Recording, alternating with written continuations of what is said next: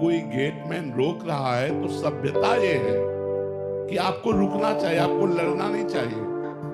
ये सिद्धांत समझना चाहिए। अगर द्वारपाल रोक रहा है तो आपको रुकना चाहिए, फिर प्रार्थना करनी चाहिए। फिर रोक रहा है तो फिर प्रार्थना करनी चाहिए। लेकिन उल्टा हो गया।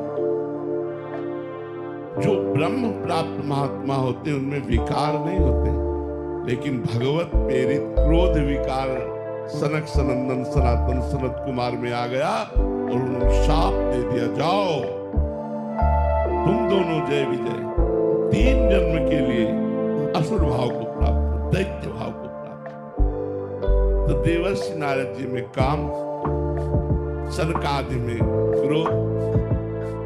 अक्रूर जी महाराज भगवान के परम प्रेमी भक्त हैं, लेकिन स्यमंतक मणि पर इतना उनका भाव लग गया कि काशी लेकर चले गए, द्वारिका छोड़कर, भगवान का दर्शन स्पर्श छोड़कर लोग अक्रूर जी स्यमंतक मणि का। तो इन सिद्ध पुरुषों में भी जब भगवान की प्रेरणा होती है तो ये काम क्रोध लोभादि दिखाई देते हैं, अन्यथा नहीं। स्वात्मा रामम विषय मृग तृष्णाम भ्रमयति।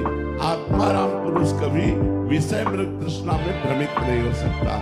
अगर भगवान से किसी भी क्रिया से उसको जो अहम आया है उसे दूर करवाना होता है तो ये लीलाएं कर देते।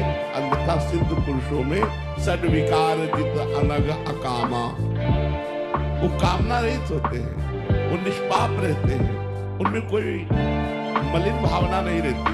भगवान के निर्मल चरणों का जो चिंतन करके उनको प्राप्त हो गए हैं, उनमें मलिन भावना की संभावना नहीं।